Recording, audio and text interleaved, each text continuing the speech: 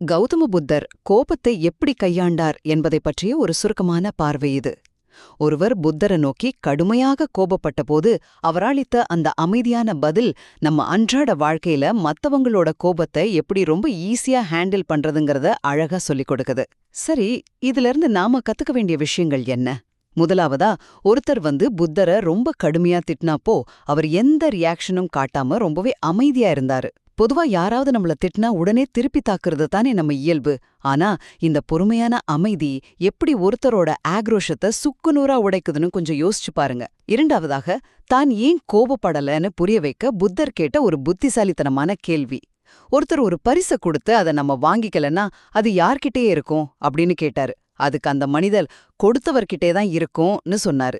இதை எப்படி சொல்லலாம்னா, நமக்கு தேவையில்லாத ஒரு பார்சல் கொரியர்ல வரும்போது நாம அதை வாங்க மறுத்து ரிட்டன் அனுப்புறோம் இல்லையா, அது போலதான். இறுதியாக, கோபத்தை ஏற்க மறுப்பதில் இருக்கும் சக்தி. அதே போலத்தான் நீ காட்டுற இந்த கோபத்தையும் நான் ஏத்துக்கல அப்படின்னு புத்தர் சொன்னதும் அந்த மனிதர் தன் தவற உணர்ந்து மன்னிப்பு கேட்டாரு. அமைதியாவும் பொறுமையாவும் இருக்கிறது ஒருபோதும் பலவீனம் கிடையாதுங்க. அதுதான் நம்மளோட மிகப்பெரிய சக்தி. மத்தவங்களோட உணர்ச்சிகளுக்கு நாம இரையாகாம இருக்கிறது தான் உண்மையான கண்ட்ரோல். சோ அடுத்த முறை யாராவது உங்க மேல தேவையில்லாம கோபப்பட்டா அவங்க கொடுக்கற அந்த பரிசை வாங்க மறுத்துட்டு உங்களோட அமைதியாலே அவங்கள ஜெயிச்சிடுங்க.